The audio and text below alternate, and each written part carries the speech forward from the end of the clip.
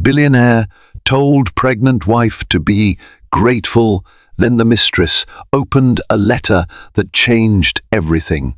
A gilded mansion, a hollow marriage, and a single letter that shattered the polished veneer of high society.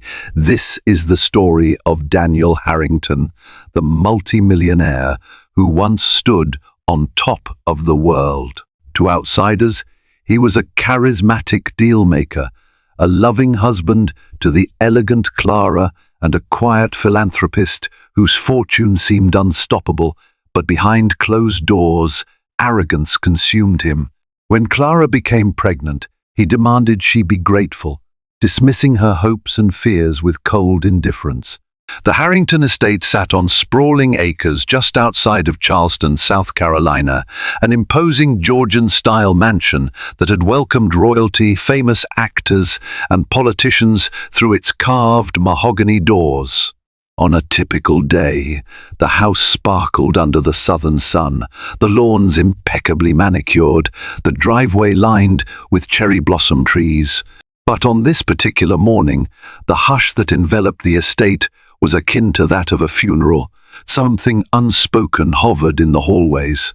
Clara Harrington, a petite woman with a graceful gait, carefully climbed down the sweeping staircase. Her pregnancy bump was only beginning to show, but she already walked with gentle caution. She ran her fingers along the ornate banister. She loved this home, once the sense of security it promised, the possibility of a future filled with warmth. But now, each step downward felt like descending into an abyss of her husband's silent contempt. Daniel Harrington, tall and broad-shouldered, was waiting in the grand foyer. He straightened his charcoal suit jacket, checking his reflection in the massive gilded mirror. With his phone in one hand, he typed a message at lightning speed. The tension in the room was palpable, as though both knew an invisible boundary had been breached. Daniel's eyes briefly flicked toward her. "You're wearing that?" he asked, voice clipped. His gaze fell upon her slightly loose dress, chosen for comfort rather than style. Clara frowned. She had once relished dressing to the nines to complement Daniel's polished image, but now her mind was too filled with anxiety for the life growing inside her to worry about matching her husband's exacting standards. "Yes," she replied softly. "We're going to see Dr. Fowler. I didn't think a runway look was required." He shrugged dismissively. "Fine. Let's just get on with it. My board meeting starts in an hour." The tension between them had started to build months ago, after Clara confided that she was expecting. Initially, Daniel seemed pleased, almost proud, at the prospect of being a father. But as the weeks passed, that enthusiasm dwindled. He grew distant, working later hours, barely speaking during their shared meals. Clara felt him slip further away each day, as though the baby represented something that threatened his carefully curated life rather than something to celebrate. Word around Charleston society was that Daniel Harrington might not be entirely faithful. There had been whispers, hints, insinuations that he spent too many evenings in private clubs or at secluded beach villas, not with his wife, but with a beguiling brunette from Savannah named Angela Miller. Clara had tried to ignore the rumors, hoping they were mere exaggerations. After all, society loved nothing more than tearing down an illustrious couple.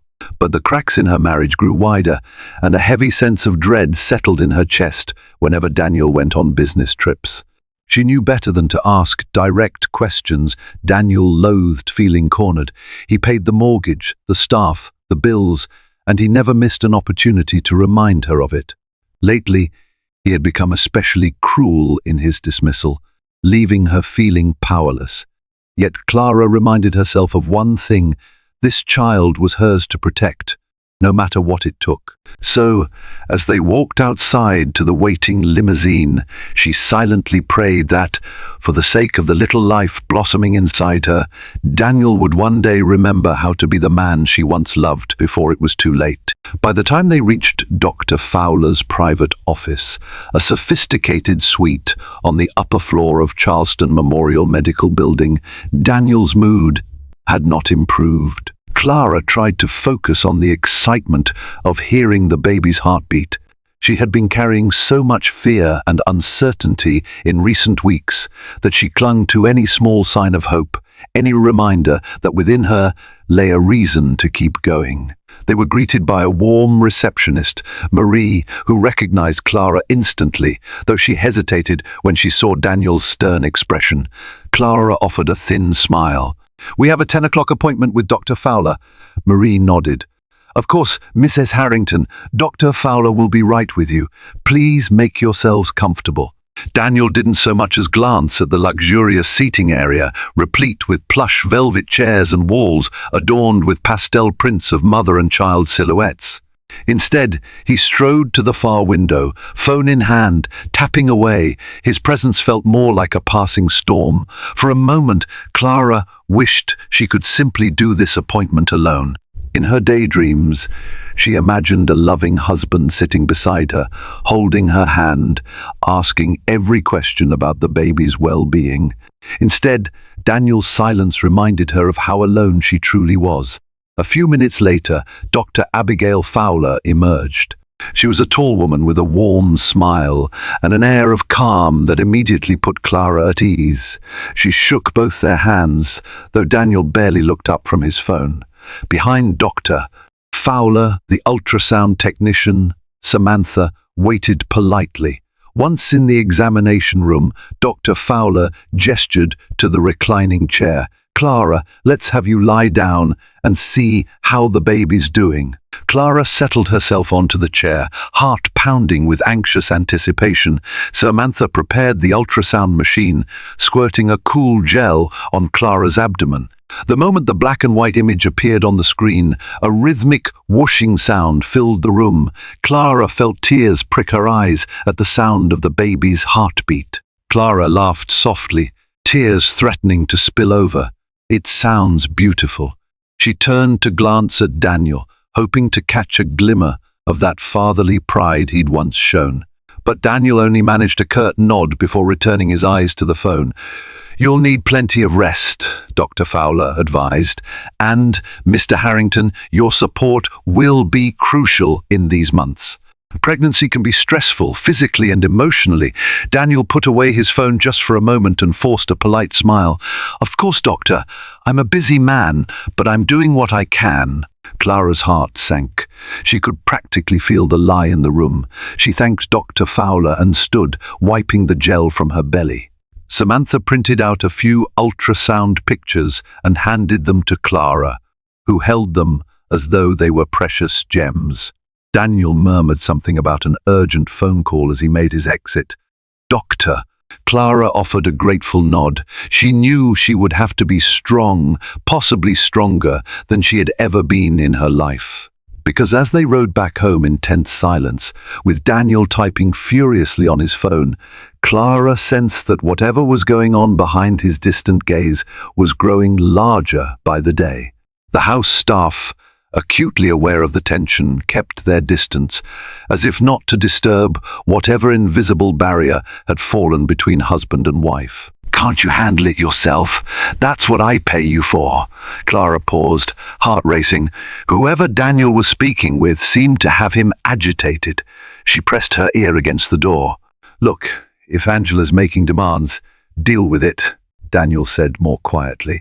The mention of that name, Angela, made Clara's stomach twist. So the rumors weren't entirely baseless. "Make sure she understands I don't plan on leaving my wife anytime soon. If she has a problem, she knows where the door is." Clara's breath caught in her throat.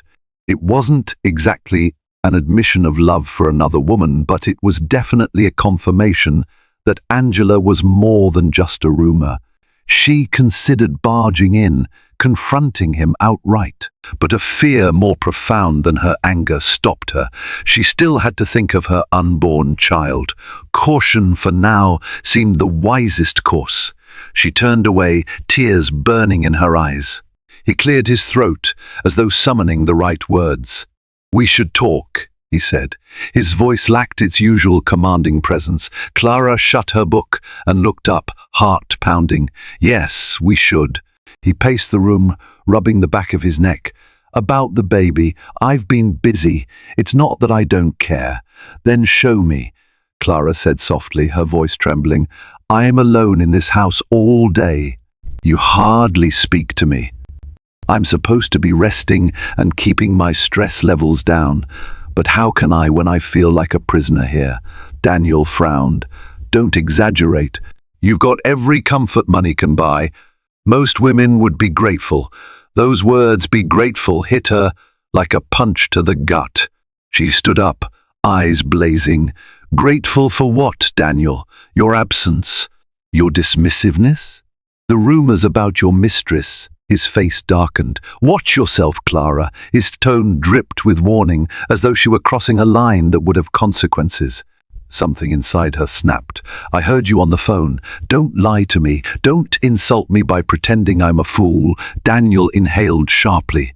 For a moment, she saw a flicker of shame cross his face, but it vanished as soon as it appeared. He simply turned away, walking toward the door. I'm going to bed, he announced flatly. This conversation is over. Clara sank back down into the chair, her heart pounding like a drum. She realized that she was left with unanswered questions and a future that felt more uncertain than ever.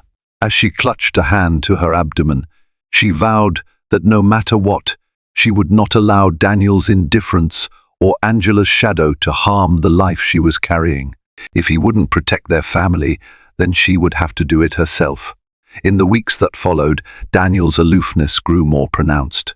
Often, he left before dawn for business meetings and returned late into the night, the smell of expensive perfume lingering on his tailored suits.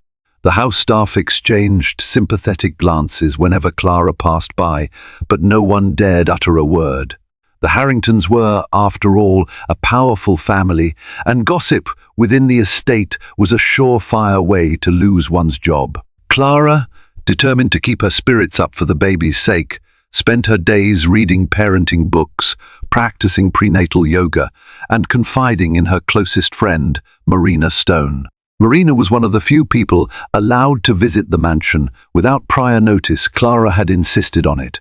Tall and confident, with auburn hair that cascaded down her back, Marina exuded a warmth that was a balm to Clara's loneliness.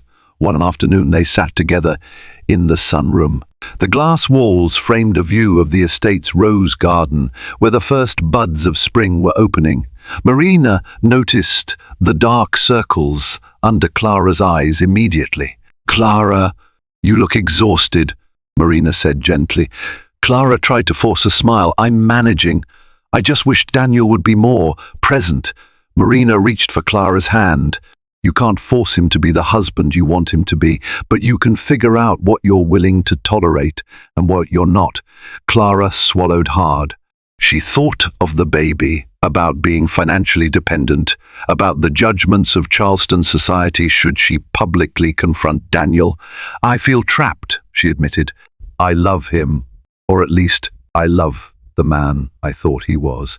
But everything is different now. Marina nodded sympathetically. Is there anyone in Daniel's life who might speak reason to him? A family member, perhaps?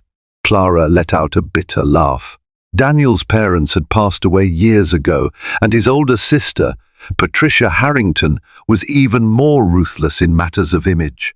If anything, Patricia would likely advise Daniel to hide any scandal to protect the family name, not to mend his marriage.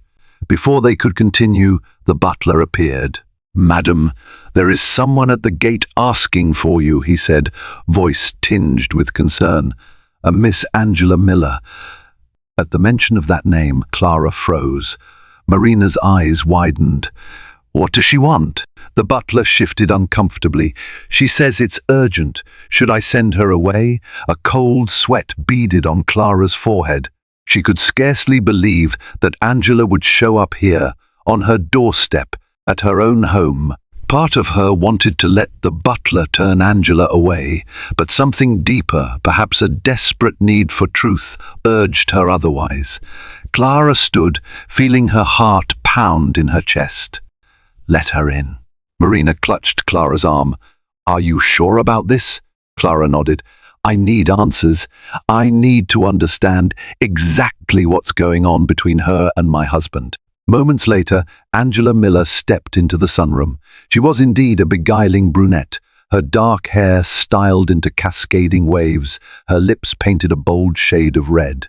She wore a fitted emerald dress that accentuated her figure, and an air of defiance clung to her like perfume. Her gaze flicked between Clara and Marina. "I'm sorry to barge in," Angela began, her voice wavering slightly, "but I couldn't reach Daniel, and something's happened. I need to talk to you."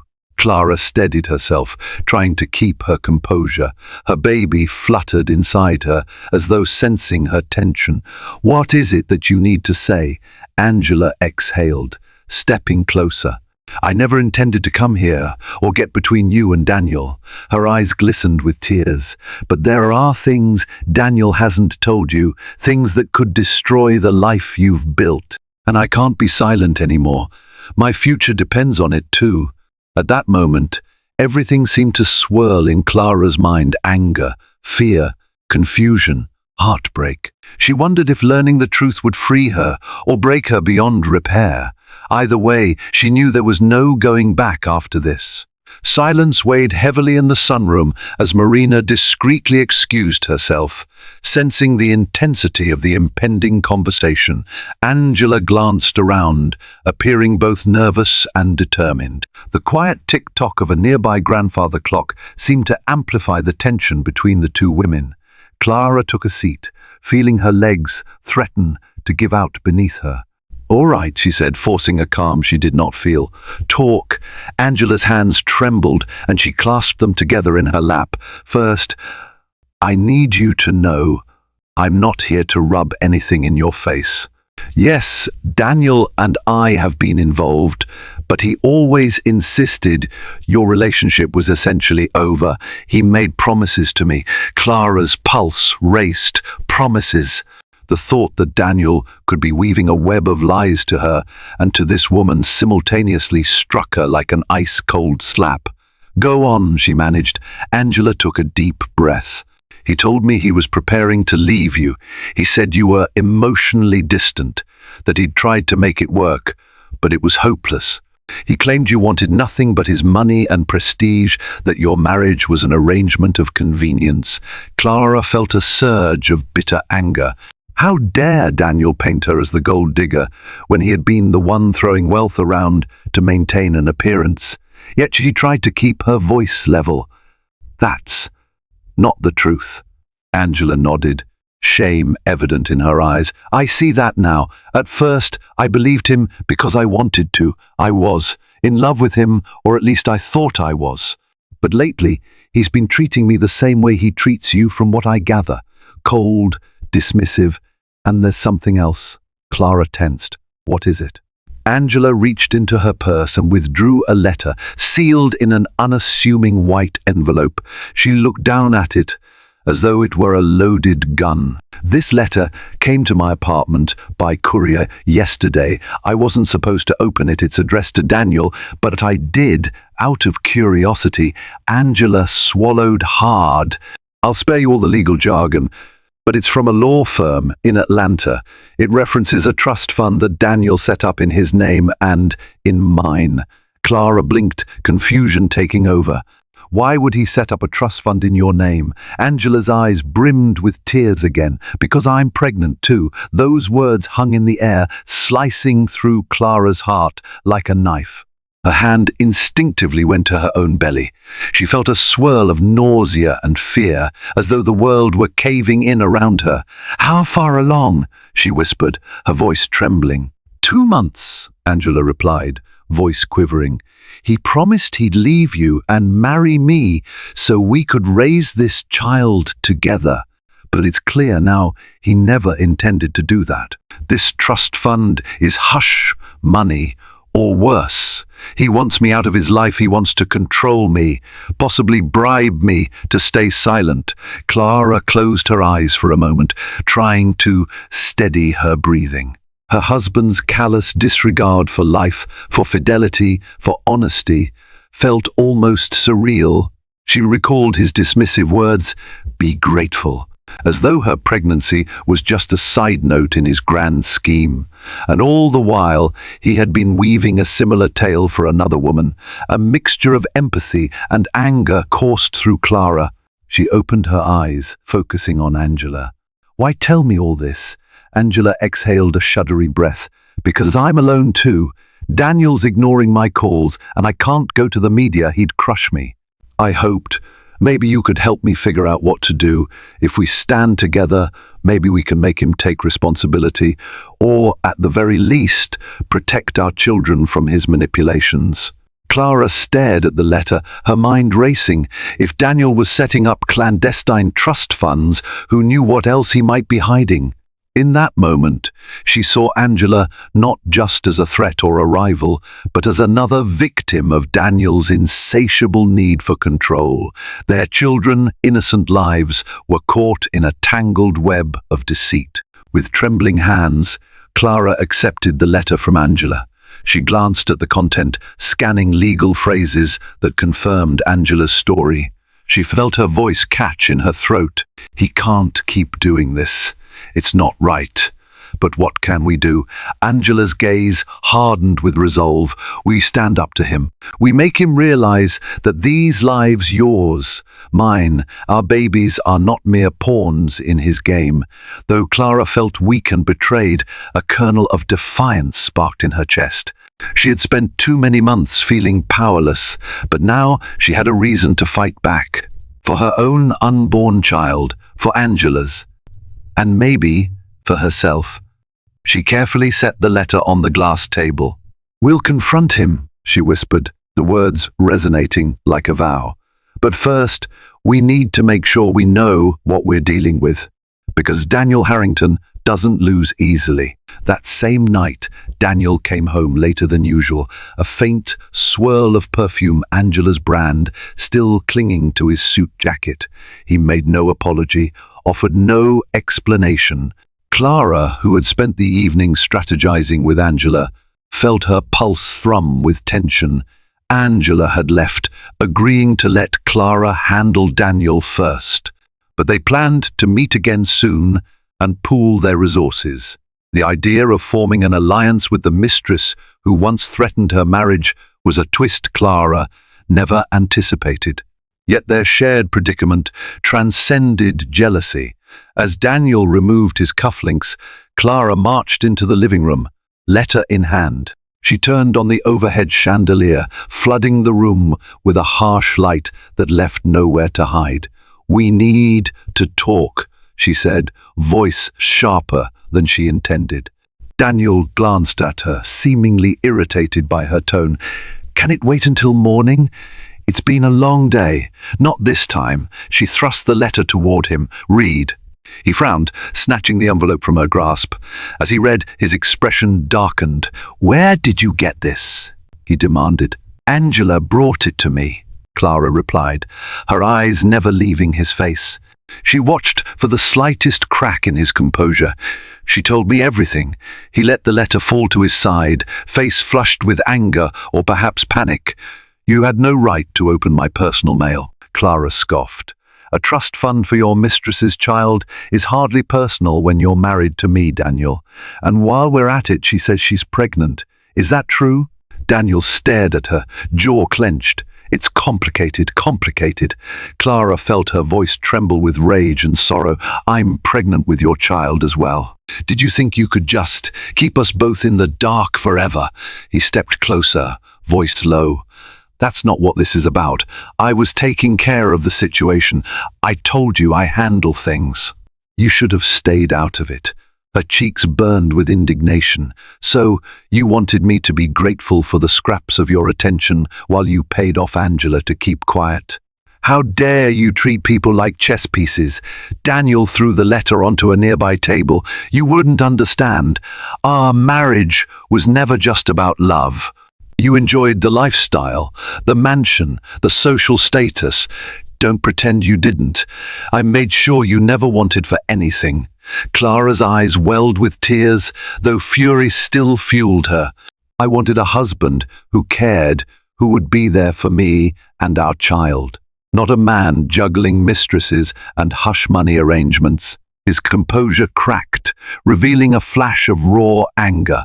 "Stop making me out to be the monster. We agreed on certain things when we got married: stability, a prosperous future. You knew I would never be that perfect family man. You never complained when it was just business trips and deals. Now you're pregnant, and suddenly you want a fairy tale." Clara stood her ground, though her heart pounded. "I wanted respect. I wanted a partner. If you can't give me that, then maybe we need to rethink this marriage." The words hung in the air, loaded with finality. Daniel grimaced, tossing his jacket onto a chair.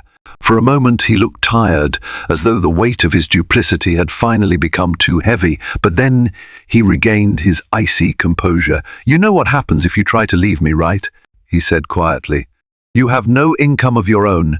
You're pregnant. The courts might grant child support, but you'd never live at this level again. You'd see me win custody battles and come after your reputation. Even your friend Marina can't protect you from that.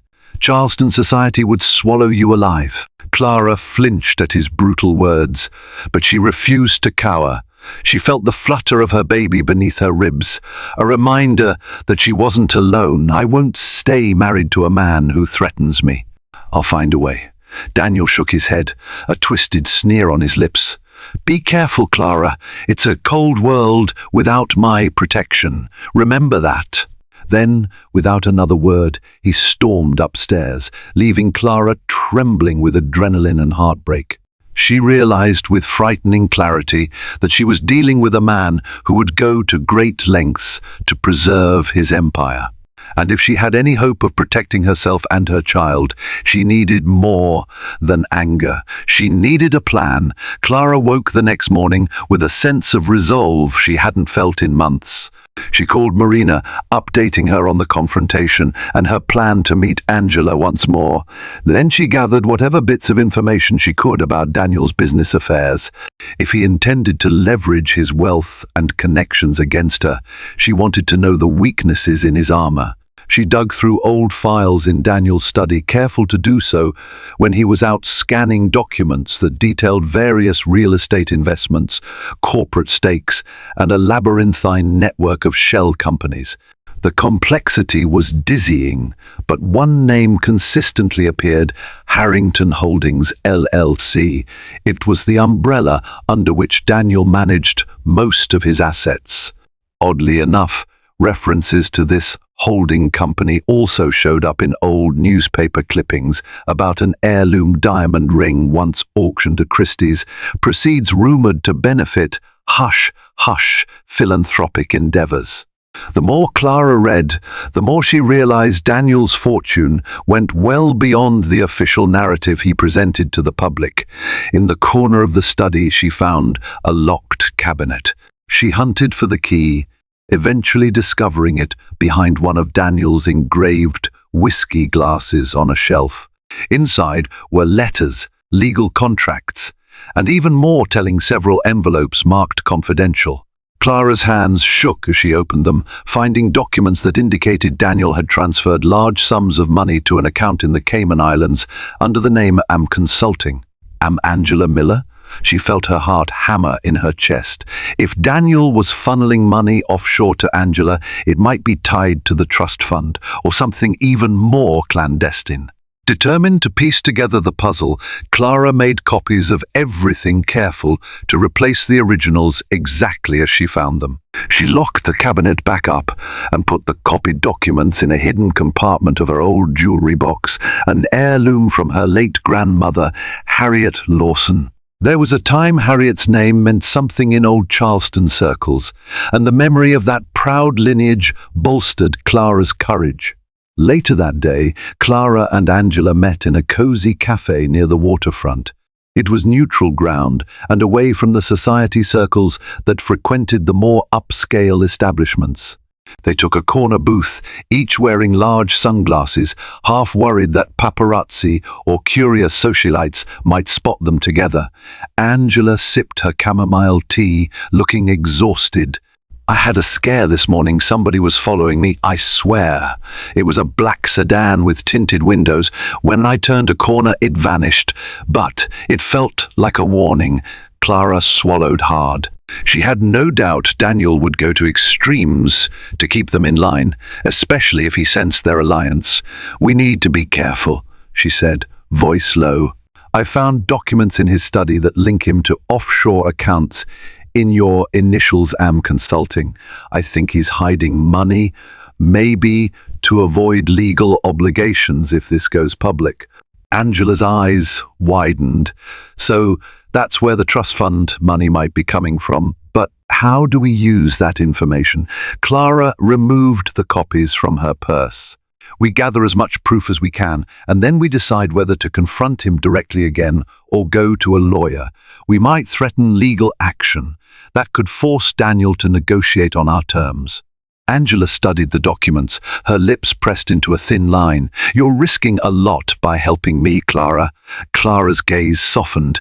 "You and I both got caught in his net of lies. I don't see you as my enemy anymore." Angela reached across the table, a tear slipping down her cheek.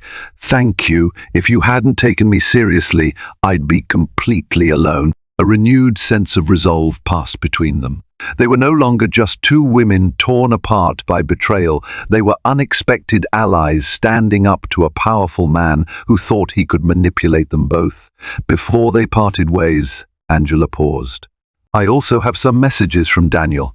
Voice recordings on my phone. He threatened me, said if I tried to blackmail him, I'd regret it." Clara's stomach twisted. "Keep them safe, Angela. We might need them." As they left the cafe, each took a separate route home, determined not to be followed. Clara clutched her coat around her bump, feeling the baby's slight movements. A life so fragile, yet so resolute. She had to protect this child, no matter the cost. And with the evidence piling up, she sensed that a showdown with Daniel Harrington was drawing ever closer. One that would either free them all from his grip or destroy them in the process. Back at the mansion, Clara found Daniel's mood improved, which was an unsettling surprise. He greeted her in the foyer with a forced smile and even asked about her doctor's appointment. The sudden shift made her wary. Often, Daniel's friendliness was a tactic, a strategy to lull people into a false sense of security. Over dinner, he elaborated on his new concern for her well-being. "I've been thinking," he said, sprinkling salt over his filet mignon. "You're carrying my air, after all. I should do more to help you feel comfortable." Clara raised an eyebrow, glancing at her own meal, light soup and salad, chosen to soothe the morning sickness that had lingered all day. "That's considerate." He leaned forward, his tone almost gentle. "I've been distant, I know. Work is stressful, and the baby news caught me off guard. But I'm trying to make amends. What if we planned a vacation? A baby moon, perhaps? Someplace relaxing, like Hawaii? You deserve it." The suggestion was so abrupt that Clara almost choked on her lettuce. Daniel rarely proposed vacations. He was too consumed by business. Her mind instantly flashed to the documents hidden away, to Angela's revelations. This had to be another maneuver. "Why now?" she asked, struggling to keep her voice neutral. His smile didn't waver, "Because I realized I don't want resentment to build between us. A child deserves two parents who at least try to make it work." He reached for her hand, though she noticed his grip felt oddly possessive. "Let's put the past behind us and focus on our future." Part of Clara yearned to believe him, to cling to the hope that maybe the man she once loved was returning. But she couldn't ignore the evidence she had gathered, nor the sinking feeling that his abrupt change of heart was a calculated move to keep her under his control. Trying not to tip her hand, she nodded slowly. "A vacation might be nice," she said, "but I need to speak to Dr. Fowler first. Ensure it's okay for me to travel." Daniel appeared pleased, raising his wineglass in a silent toast. "Of course, check with the doctor, whatever you need." As she forced herself through the rest of the meal, Clara sensed that Daniel was testing her. The real question was whether she would submit to his narrative or whether she could outmaneuver him. A few nights later, she found him in his study, flipping through documents. She cleared her throat. "Daniel, about Hawaii. I've decided I'd prefer to stay nearby. Traveling that far while pregnant seems risky." He glanced up. "Fine. How about a weekend at our beach house on Sullivan's Island? That's close enough to Charleston, and you can relax." She nodded, feigning agreement. "That sounds perfect." He smiled, genuinely this time. Or so it seemed. She noticed, however, a fleeting look in his eyes, relief. As though her compliance confirmed his success in reeling her back in, Clara pretended not to notice. In the following days, Daniel made arrangements for their little getaway. Meanwhile, Clara quietly reached out to Angela. She proposed that they use Daniel's brief absence from Charleston to their advantage. Marina, as loyal as ever, agreed to help orchestrate the next step. 2 nights before the planned trip, Clara received a text from Angela. "We've got enough evidence. I've found more. Call me ASAP." Clara's heart pounded. She typed out a quick reply. "We need to move carefully. I'll be in touch."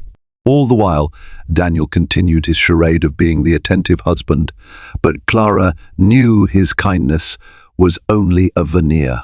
Beneath it, he remained the arrogant puppet master who believed he held all the strings. What he didn't realize was that the puppets Clara, Angela, and the unborn children had begun to cut their ties. And soon he'd be left alone on his stage, unable to control the narrative any longer. The beach house on Sullivan's Island was an architectural marvel, a modern, glass-fronted sanctuary with sweeping views of the Atlantic Ocean. Typically, Clara found solace in the rhythm of the waves, but this time anxiety gnawed at her. She was here to keep up appearances, to pretend everything was fine. In truth, she felt like an undercover agent on a mission to outwit her own husband. Daniel, for his part, was in an unusually buoyant mood. He grilled fresh seafood on the terrace, poured Clara sparkling water in a champagne flute, and even asked about the baby's health. To anyone watching, they would appear like a married couple rekindling their bond. Yet Clara observed every detail, every phone call he made, every text he sent. If he sensed her plan, he gave no sign. They spent 2 days walking along the shore, discussing baby names in a guarded manner. Daniel occasionally pressed her about Angela, but Clara feigned ignorance, claiming she hadn't heard from her and that she wanted to move past that scandal. Each lie tasted bitter on her tongue, but she knew it was necessary. The more relaxed Daniel seemed, the more time she and Angela would have to prepare their next move. On the 3rd morning, Clara woke to find Daniel already up, sitting on the balcony with a steaming mug of coffee. The sky was a soft lavender, the sunrise painting the horizon in pastel hues. She approached him carefully, pressing a hand to her belly as if to anchor her courage. He turned, gesturing for her to join him. "Beautiful morning," he remarked. There was an odd tranquility to his voice. She sat beside him. "It is." He studied her, and she could almost see the gears turning behind his eyes. "Clara, I want you to know I do care about you. I care about our child. Let's put all the anger behind us, shall we?" A part of her wondered if he meant it, or if it was just another tactic. She nodded, offering a small smile. "I want that, too." They were silent for a few moments, listening to the gentle roar of the waves. Then Daniel cleared his throat. "I finalized some changes to my will," he said. "I've decided to leave the majority of my estate to our child should anything happen to me." Her heart skipped a beat. Was this a gesture of genuine goodwill or a manipulative move? He continued, "You'll be well taken care of course." She swallowed, forcing composure. "That's generous," he smiled, leaning in to press a brief kiss on her forehead. It was a gesture so uncharacteristically tender that it nearly disarmed her, but she held firm, reminding herself of the data and documents hidden in her possession. They spent the rest of the morning in a fragile peace, strolling through the dunes. Daniel even took photos of Clara by the water, something he'd seldom done before. Yet in the back of her mind, a storm brewed, because once they returned to Charleston, the facade would crack. She and Angela had agreed to meet with an attorney who specialized in family law and corporate malfeasance. It was time to gather their evidence. That night, Clara lay awake, the ocean breeze drifting through the open window. She rested her hand on her belly, feeling the baby's gentle movement. "I'm doing this for you," she whispered in the quiet, "so you don't grow up in a home built on deception and fear." In the adjoining room, Daniel slept soundly, or so it seemed. She wondered if guilt or worry ever plagued him. If, in the deep chambers of his mind, he realized how close he was to losing everything, Clara resolved that she would not cave. This was about more than just escaping his shadow. It was about ensuring that their children, hers and Angela's, wouldn't be subjected to the same manipulations. Soon, the tides would shift, and when they did, Daniel Harrington would realize that those he once dismissed and demeaned had, in their unity, become a force strong enough to bring down his mighty empire. They returned to Charleston, the beach trip ending on what Daniel believed to be a triumphant note of reconciliation. The drive back was quiet, punctuated only by mundane pleasantries. Clara kept her eyes on the rolling scenery, bracing herself for the confrontation ahead. The next day, while Daniel was at his office, Clara met Angela at a discreet law firm on the outskirts of the city. The building was unremarkable, a simple brick facade with tinted windows perfect for their need for secrecy. Inside, they were greeted by an associate named Marcus Tyson, a bright-eyed lawyer specializing in both family and corporate law. In a private conference room, Clara and Angela laid out their evidence: the trust fund documents, the offshore account records, copies of suspicious transactions, and voice recordings of Daniel's threats. Marcus listened intently, scribbling notes. "This is extensive," he finally said, leaning back in his chair. "If these documents hold up, Daniel Harrington could be facing serious legal and financial repercussions." Angela shifted anxiously. "We're not out for revenge, just for the sake of it. We just want protection financially and legally. He can't be allowed to manipulate us anymore." Marcus nodded. "Understood. We can file a civil suit for breach of marital obligations, as well as potential fraud if he misused funds in your name without consent. Angela, your child also has a claim to financial support. But it's crucial we handle this carefully. Daniel is powerful, and he'll use every resource to fight back." Clara's hand rested protectively over her abdomen. "We're prepared for that. But we need to ensure these children are safe and provided for, and neither of us wants to live under his threats any longer." A glimmer of admiration flickered in Marcus's eyes. "I'll do everything in my power to help you. We need to gather more corroborating evidence, especially regarding the hush money and any intimidation tactics." They left the firm with a renewed sense of purpose. Angela parted ways, heading to her car parked around the corner, while Clara walked a few blocks to hail a taxi.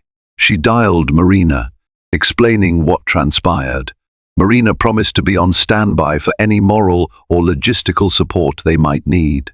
Upon returning to the mansion, Clara found Daniel pacing the living room, a scowl on his face. "Where were you?" he asked, his voice tense with barely concealed anger. She shrugged off her coat, meeting his gaze evenly. "Out, running errands." He studied her, nostrils flaring. "You were at a lawyer's office." Her heart skipped a beat. Had he had her followed? "I don't know what you mean," he advanced, eyes flashing with menace. "Don't lie to me. You think I wouldn't find out? Did you forget who I am? I have contacts everywhere, Clara." She stiffened, a strange calm settling over her. Then you know I'm not hiding anymore. I'm done being your puppet. Daniel sneered. You think you can just walk away, ruin my name? You and Angela? Do you know how easily I can destroy both of you in court? Clara's voice trembled slightly, but her resolve held. Go ahead. We have documents, recordings, proof of your offshore dealings, the trust funds, your threats. Angela and I have secured legal representation. Whatever you plan to do, just know we're not defenseless. For a moment, the color drained from Daniel's face. But then fury replaced shock. He grabbed Clara's arm, squeezing it painfully. You ungrateful! Clara winced, but refused to yield. Let go of me, she hissed. Think carefully, Daniel. If you harm me, you're harming your child. Everything you've tried to protect, your reputation, your assets, will go up in smoke. He released her arm as though it burned him. His breathing was ragged, eyes wild. You'll regret this, Clara, he spat. She stood tall, tears pricking her eyes despite her resolve. No, Daniel. You'll regret underestimating us. Without another word, he stormed out the front door, slamming it so hard the crystal chandelier above the foyer rattled. Clara sank onto a nearby chair, heart thudding, adrenaline coursing through her veins. She knew the battle was fully underway now. There was no turning back. Days melted into a tense standoff. Daniel orchestrated a smear campaign, anonymous social media posts accusing Clara of being unstable, rumored calls to tabloids hinting at infidelity on her part, and even carefully planted gossip at high society events suggesting she was gold-digging and mentally unfit to raise a child. Angela received menacing texts warning her to back down or face consequences. However, the evidence in their possession was potent. Marcus Tyson, their attorney, advised them to wait for Daniel to make a move in court. In the meantime, they filed for protective orders, citing Daniel's threats, along with a request for financial disclosures of Harrington Holdings, LLC. The legal clock started ticking, and Daniel would soon have to respond. One early morning, Clara's phone buzzed.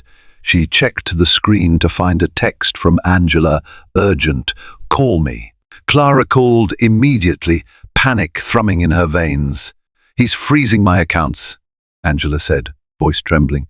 Every credit card he ever gave me is blocked. I can't even pay my rent. Clara felt a surge of outrage. Marcus said this might happen. He's trying to cut you off to force you to back down. Angela sniffled. I'm so scared, Clara. I only have a little savings. He thinks if I'm desperate, I'll leave town or give up. Clara placed a comforting hand over her own belly. Don't give him that power. Marcus will get a court order to restore access or at least secure financial relief for you. In the meantime, you're not alone. Marina and I can help with necessities. We'll figure it out. Angela exhaled shakily. Thank you. After hanging up, Clara contacted Marina, who agreed to host Angela temporarily.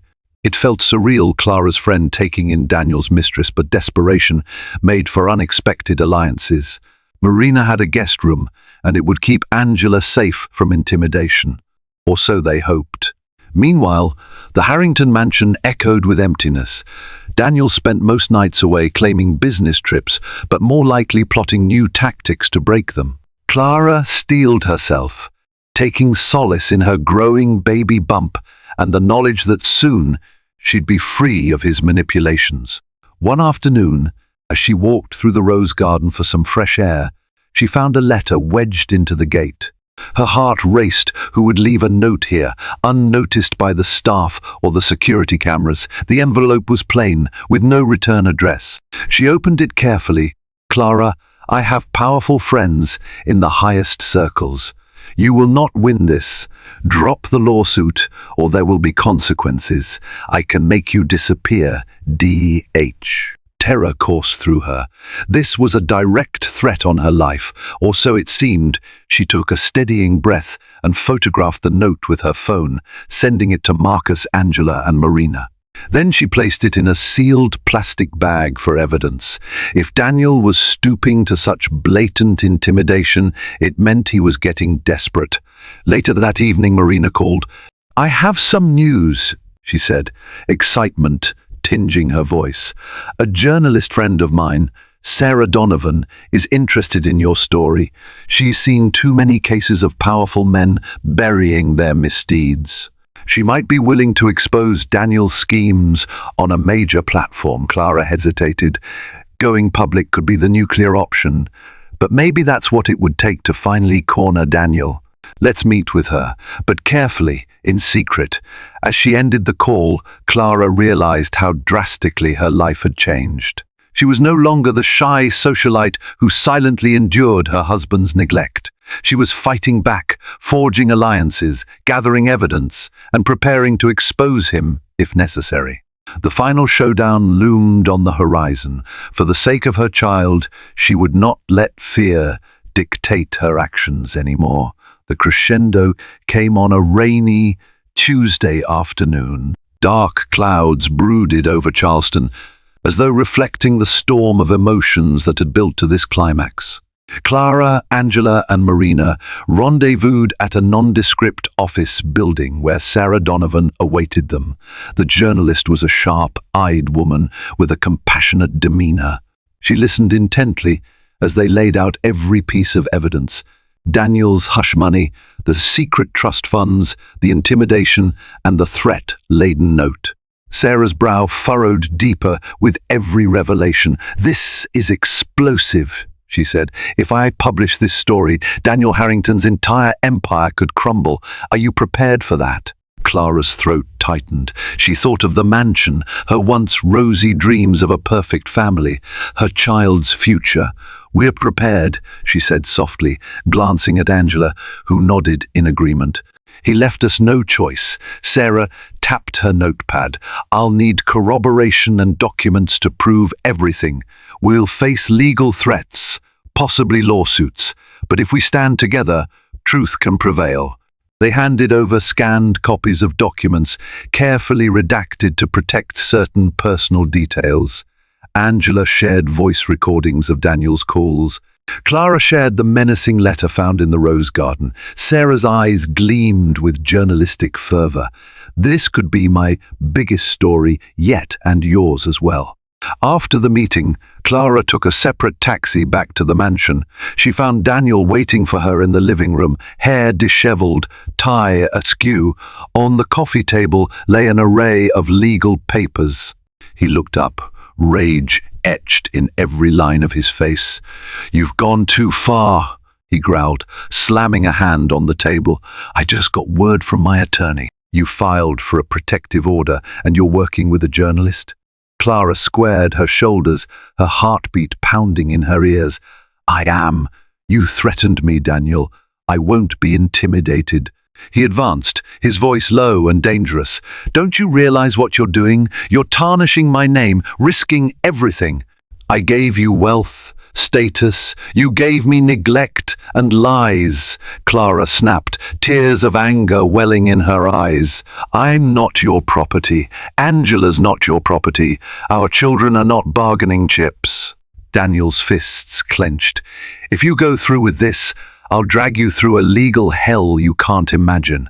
You'll be broke, alone." A sudden wave of resolve swept over Clara, buoyed by the memory of Angela's fear, her unborn child's vulnerability. She stood taller, refusing to quiver before his threats. "Better broken free than wealthy and living in fear. I'm done living on your terms." For a moment, it seemed Daniel might lash out physically, but something in Clara's stance must have given him pause. He stepped back, eyes cold as ice. "You'll regret this," he said once more, but there was a tremor in his voice, a hint of uncertainty.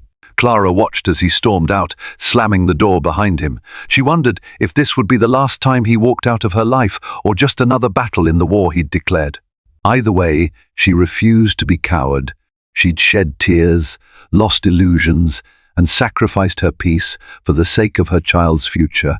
She wasn't about to back down now. Within days, Sarah Donovan's investigative piece hit the online news outlets. A headline in bold letters declared, "Charleston millionaire accused of hush money, threats and betrayal, exclusive investigation." The article detailed Daniel Harrington's multiple alleged transgressions, the mistress's pregnancy, the offshore accounts, the threatening letters. It caused a media firestorm, with reporters swarming the gates of the Harrington estate. Daniel retaliated with counter-lawsuits, but the evidence was overwhelming. The social tide began to turn against him, even among Charleston's elite who once idolized him. And, in the midst of the chaos, Clara pressed on with her own legal claims, ensuring that her child and Angela's child would receive the support and security they deserved. In a final blow to his pride, the board of directors at Harrington Holdings called for Daniel's resignation, citing scandal and negative publicity. Shareholders demanded a leadership change to salvage the company's reputation. Daniel Harrington was ousted from his own empire, a staggering fall from grace. Clara, though emotionally exhausted, felt an unshakable sense of relief. The battles ahead finalizing the court proceedings, ensuring the safety and future of her child would still be arduous. But she had reclaimed her power, forging her path forward without the shackles of Daniel's manipulation. Angela, too, found a glimmer of hope. With legal assistance, she secured financial provisions for her unborn child and quietly moved to a nearby city, determined to forge her own future. She and Clara, once pitted against each other, now shared a bond formed in adversity. And so, on one stormy afternoon, the narrative Daniel tried to control for so long unraveled entirely. The letter Angela opened had been the spark, revealing secrets meant to remain hidden. In the end, truth won out. And for Clara Harrington, the price of freedom, steep though it was, proved far more precious than all the wealth her former husband could ever offer.